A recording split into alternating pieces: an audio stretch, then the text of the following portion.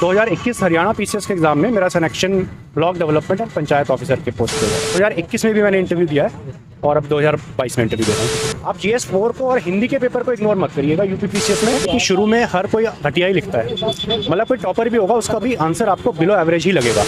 दोस्तों अभी हम उत्तर प्रदेश लोक सेवा आयोग प्रयागराज भवन के सामने खड़े हैं और अभी सर इंटरव्यू दे के आ रहे हैं। आइए इनसे जानते हैं क्या माहौल अंदर का, क्वेश्चंस वगैरह किस तरीके से पूछा जा रहा है वहाँ पे। हेलो सर, इंटरव्यू कैसा रहा?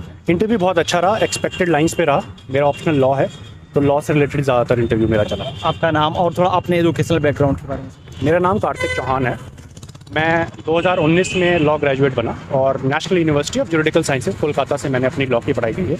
उसके बाद से मैं प्रिपरेशन में हूँ और 2021 हरियाणा पीसीएस के एग्जाम में मेरा selection block development and panchayat officer के पोस्ट पे हुआ। ये मतलब इसका रिजल्ट वगैरह कब आया सर? रिजल्ट को 15-20 दिन हुए हैं, 20 दिन हुए हैं। अच्छा, 20 दिन हुआ। 20-25 दिन हुए।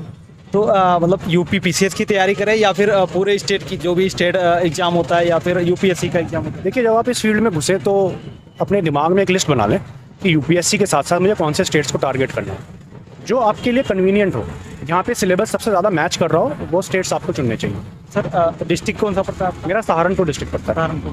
सर अभी तो जैसे कि अभी कल ही का न्यूज़ है, आपका जो ऑप्शनल सब्जेक्ट होता है वो तो हट गया, तो मतलब जो भी यूपीएससी के एस्पिरेंट है तो वो वहाँ पे ऑप्शनल रहता है और यहाँ पे अभी क्या हो गया, ऐड हो गया आपका यूपी स्पेशल। तो यहाँ पर किस तरीके से होती है? देखिए, मुझे तो ऐसा लगता है कि इसको एक पॉजिटिव वे में ही देखना चाहिए। ऑप्शनल की वजह से काफ़ी डिस्क्रिपेंसीज हमने देखी हैं। जैसे कि मैं खुद के सब्जेक्ट का बताऊं तो बहुत ही वास्ट सिलेबस था, जबकि हम देखते हैं कुछ सब्जेक्ट्स का सिलेबस बहुत छोटा होता है। तो ये जो मिसमैच था ये ख़त्म हो गया, तो इसको पॉजिटिव तरीके से ही देखना चाहिए। आप ऑप्शनल जब पढ़ेंगे यूपीएससी के लिए तो काम ही आएगा। आप उसको, जैसे मेरे ऑप्शनल को, लॉ को आप GS2 में इंक्लूड कर सकते हैं। तो ऐसा नहीं है कि वो बिल्कुल यूपी पीसीएस में काम नहीं आएगा, लेकिन हाँ इसको फ़ायदे की तरह ही देखना चाहिए हमें। यहाँ पे इससे रिलेटेड कुछ आपसे मतलब राय मांगेगी या फिर सजेशन मांगेगी? नहीं, मुझसे तो ऐसी कोई बात नहीं। तो आज अभी आप इंटरव्यू दे के आ रहे हैं, तो क्वेश्चंस मतलब क्या क्या पूछा गया उसके बारे में? देखिए, मेरा लॉ ऑप्शनल है तो लॉ से ही क्वेश्चन ज़्यादा पूछे गए। एक सिचुएशनल क्वेश्चन मुझसे ये पूछा गया कि अगर किसी पार्क में एक लड़की बैठी है और एक लड़का उसको छेड़ के चले जाए और दूसरा लड़का उसका दुपट्टा खींच ले, तो आईपीसी के कौन कौन से सेक्शंस इस पर लगेंगे। इसी के साथ साथ मुझसे सीआरपीसी के सेक्शन 144 और 145 के बारे में पूछा गया। मुझसे न्यूरमबर्ग ट्रायल के बारे में पूछा गया, जिनीवा कन्वेंशन के बारे में पूछा गया। इसके अलावा मर्डर और कल्पेबल होमिसाइड में डिफरेंस पूछा गया। तो लॉ के ऊपर बहुत ज़्यादा फोकस था मेरा। इस बोर्ड में था सर? मौर्य सर के बोर्ड में था। तो पूरे बोर्ड में मतलब कितने मेंबर्स? एक चेयरमैन थे और 3 मेंबर्स थे। और मैं ये भी बताना चाहूँगा कि उनको मेरा ऑप्शनल और मेरा ईयर ऑफ ग्रेजुएशन पता था। तो जो अभ्यर्थी अभी इंटरव्यू दे रहे हैं उनके लिए ये इंपॉर्टेंट है कि उनको आपका ऑप्शनल पता है। और जिस तरह के क्वेश्चंस मुझसे पूछे गए, मैं कह सकता हूँ कि वो क्वेश्चंस तैयार करके भी आए होंगे, क्योंकि उनको पता था कि मेरा ऑप्शनल है। और भी कुछ क्वेश्चंस मतलब अलग अलग क्योंकि अलग अलग सब्जेक्ट से पूछे जाते हैं, अलग अलग सिचुएशन दी जाती है, तो क्या कुछ देखिए, एक लॉ के अतिरिक्त जो इकलौता क्वेश्चन मुझसे पूछा गया वो था बाढ़ के रिलीफ के बारे में। फ्लड रिलीफ के लिए आप क्या करेंगे अपने लेवल पे, ये क्वेश्चन मुझसे पूछा गया। इसके अलावा मेरा लॉ पे ही चला। यूपी स्पेशल या फिर आपके डिस्ट्रिक्ट से कुछ नहीं, यूपी स्पेशल कुछ नहीं पूछा गया, मेरे डिस्ट्रिक्ट से नहीं पूछा गया, और करंट बेस कुछ? करंट से भी कुछ नहीं पूछा गया।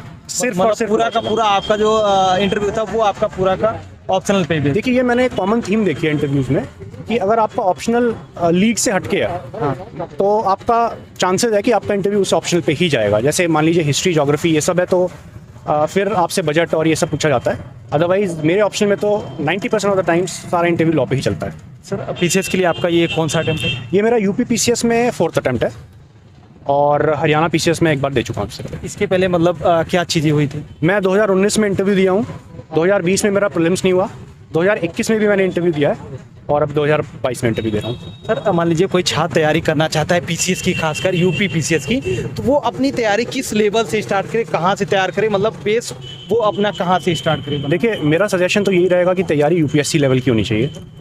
अब तो यूपीएससी में जितने भी स्टैंडर्ड सोर्स हैं, मेरे को दोहराने की ज़रूरत नहीं है, वो सबको पता ही होता है। जैसे उदाहरण के तौर पे लक्ष्मीकांत हो गई पॉलिटी के लिए, एट्सेट्रा एट्सेट्रा, वो चीज़ आप फॉलो करें। यूपी पीसीएस का जब एग्ज़ाम हो तो आप 1 लाइनर करंट अफेयर्स की कोई मैगजीन ले लें, वो आपके चैनल पे डिटेल में डिस्कस हुआ ही है। तो इसके अलावा आपको कोई तैयारी करने की ज़रूरत नहीं है। आपका यूपीपीसीएस बहुत आराम से हो जाएगा। सर जैसे कि बहुत सारे लोग बोलते हैं, मान लीजिए अभी आप बता रहे हैं यूपीएससी लेवल की तैयारी करना चाहिए, तो यूपीएससी में क्या है कि बहुत सारे जो टॉपर्स होते हैं वो सजेस्ट करते हैं कि आप सबसे पहले यदि आप तैयारी स्टार्ट करें तो आप एनसीईआरटी से अपना बेस स्टार्ट कीजिए। तो क्या मतलब एनसीईआरटी कौन सी पढ़नी चाहिए और कहाँ से मतलब किस लेवल तक उसको? देखिए, मैं पर्सनली बताऊं तो मैंने एनसीईआरटीज़ नहीं फॉलो करी।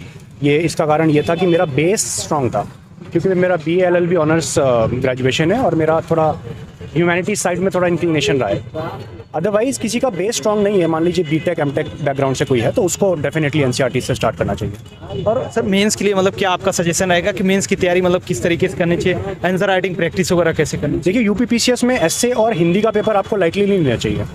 मतलब यूजुअली हम देखते हैं कि लोग जीएस में उलझे ज़्यादा रहते हैं, GS 1, 2, 3 में। आप GS 4 को और हिंदी के पेपर को इग्नोर मत करिएगा यूपीपीसीएस में। मैंने किया है अपने पिछले अटेम्प्ट में, तो मैं बता रहा हूँ। तो आप उसको भी इक्वल वेटेज दीजिए, हिंदी को भी।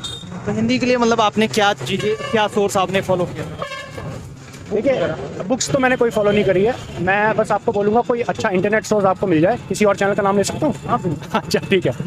तो स्टडी फॉर सिविल सर्विसेज एक चैनल है, वहाँ से मैंने हिंदी के कुछ वीडियोस देख लिए थे, तो वो बहुत हेल्पफुल रहे मेरे को। जैसे कि आंसर राइटिंग प्रैक्टिस वगैरह मतलब किस तरीके से करनी चाहिए स्टार्टिंग में? क्योंकि मान लीजिए कोई तैयारी कर रहा है, भले ही वो अपना एक सिलेबस तैयार कर लेता है, लेकिन क्या होता है कि जब आंसर राइटिंग करने की बात आती है तो उसको डर लगता है कि हम लिख नहीं पा रहे हैं, या जो भी चीज़ें उसके साथ होती हैं, तो वो अपने डर को कैसे दूर करें? देखिए, एक तो चीज़ तो आंसर राइटिंग के बारे में हम सबको पता होनी चाहिए कि शुरू में हर कोई घटिया ही लिखता है। मतलब कोई टॉपर भी होगा, उसका भी आंसर आपको बिलो एवरेज ही लगेगा।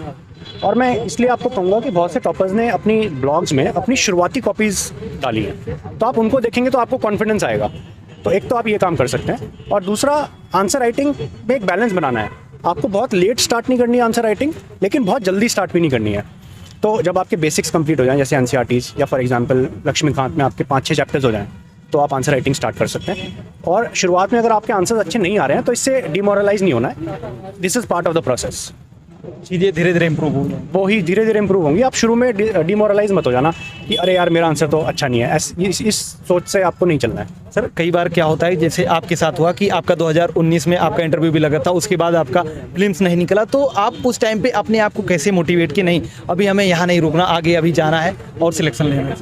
देखिए, मैं 19 में ही ग्रेजुएट हुआ हूँ, तो जब मैं ग्रेजुएट हुआ था तो इतना तो मेरे दिमाग में था कि 2-3 साल लगने हैं। तो जो नए एस्पिरेंट्स हैं उनको भी ये चीज़ दिमाग लेके चलनी चाहिए, क्योंकि अगर आप कैलकुलेट भी करो तो 1 साल तो लगभग तैयारी में लगता है। उसके बाद 1 साल एग्जामिनेशन का प्रोसेस है, प्रीलिम्स, मेंस, इंटरव्यू, तो 2 साल तो इज़ वेरी नॉमिनल। तो ये चीज़ अगर आप ध्यान में रखेंगे तो आपका कॉन्फिडेंस बना रहेगा, और साथ साथ आप कंसिस्टेंसी और पेशेंस के साथ थोड़ा अपना।